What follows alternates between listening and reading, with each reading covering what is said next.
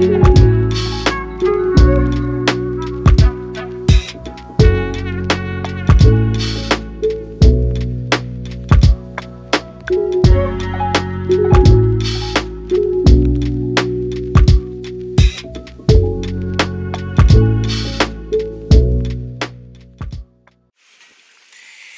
everyone, it's Amy. Happy Sunday. I'm back at my favorite place and wanted to share something with you. So very often I'm looking for inspiration.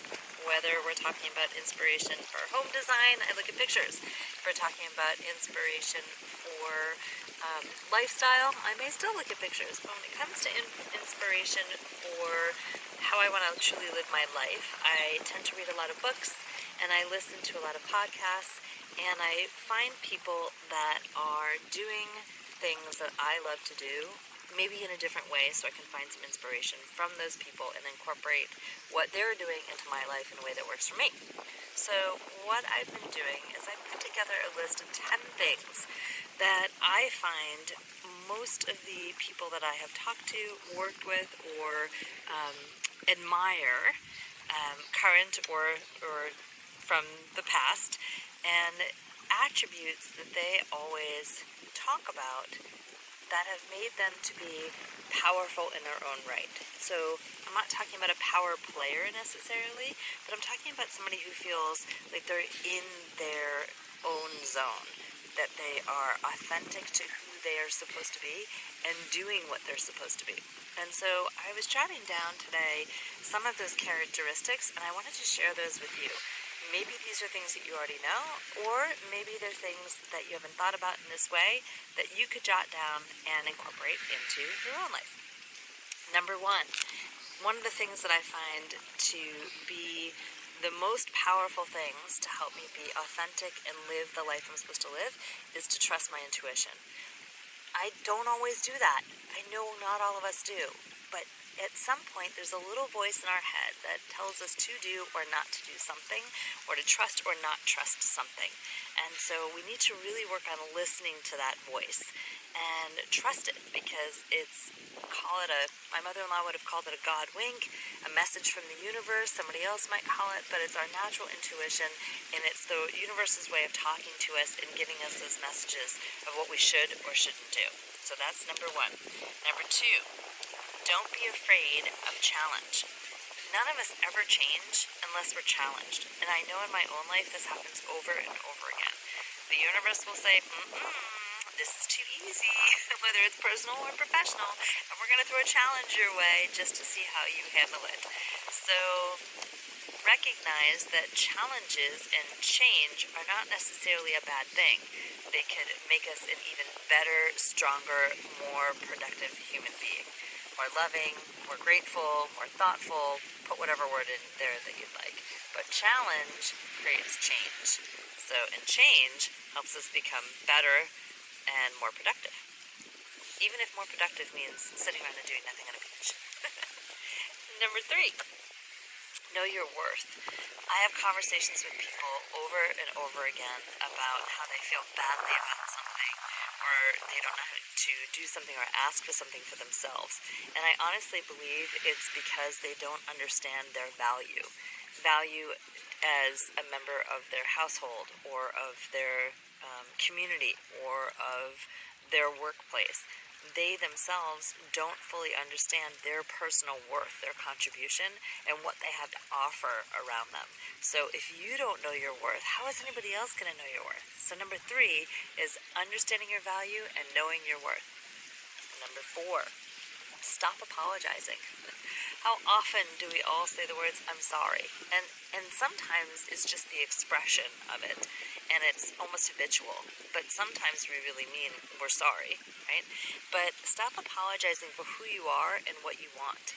Now, regardless if you're male or female, we can all sound a little contrite or bitchy sometimes if we're being demanding. That's not what I mean.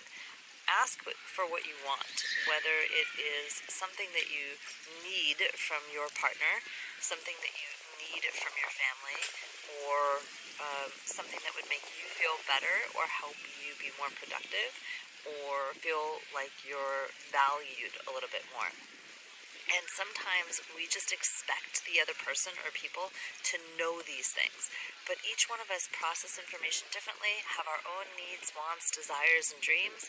And so just because something to you is important doesn't mean that it is important to somebody else. So whatever is important to you, you need to ask for that. Maybe it's a time, to spend with your partner, and they're just assuming you don't want that time. Or maybe it's time with a good friend, or I don't know, think of something that you need for you in any particular personal or professional relationship, and make sure you're asking for it in a way that is productive, non-critical, and in a way that supports the person that you're talking to and gives you what you need as well. Next, be true to your core values. Okay? This is really interesting because sometimes if you're a go with the flow kind of person, you might not always be sticking to your guns. We all have a set of core values, and it's different for each one of us. And so you really want to make sure that whatever's important to you, you're truly sticking with. And that may mean that you participate in certain events or activities or you don't. And you don't need to stand on a soapbox and be super judgy about it, but some things may work for you that don't work for somebody else, and vice versa, right? So if you're not somebody that drinks alcohol, it doesn't mean you're going to be critical of those who do. It just means that it doesn't work for you and that maybe you're going to have sparkling water or something else that evening, right? So what works for you may or may not work for somebody else, but stick with what's important to you, your core values, and you'll find other people who want to spend time with you as well that have similar core values. But also remember, it's really important to spend time with people and have people in your life that don't always share your exact belief system. That's what makes the world go round, is that we all have the opportunity to be who we are and express our personal thoughts and behaviors and patterns. Stop doubting yourself. You can do it! Whatever that commercial is that we've all seen or heard. Self-doubt kills dreams. Trust me, I have allowed it to creep into my life as well. And when you eliminate your doubt in something, you can find your joy in something. So regardless of what the doubt is for or from, sometimes it's coming from other people, right? Like you're really gung-ho an idea or a concept or a vacation or a move or a job or whatever the it is, and somebody places a tiny little bit of seed of doubt in your mind because they might be afraid, and they're kind of projecting their issue onto you, and all of a sudden you might start doubting what you thought was going to be a perfect scenario. Don't doubt yourself. If you feel like whatever the it is true for you, and it kind of, if you sit quietly with the thought process, it kind of brings up nervous butterflies, like you're really excited and energized and jazzed up about it, then it's for you. It might not be for somebody else, but don't let their doubt change your mind.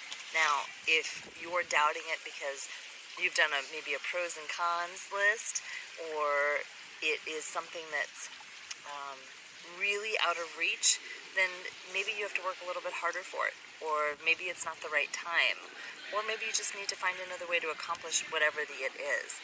But don't doubt yourself. You can do whatever you set out to do. And remember, your brain is only going to recognize one pattern. So if you tell yourself over and over again you can't, or you shouldn't, or you're not able to, that's what your brain is going to remember. But if you change those thoughts to I can, even if it's not right now, or I will, even if it's not today, or I will be able to do this at some point, that's a very different message than saying to yourself and to your brain, I'll never be able to do this, or I can't do this. We can do anything we set our minds to, trust me. Invest in yourself. I find this to be a really interesting thing.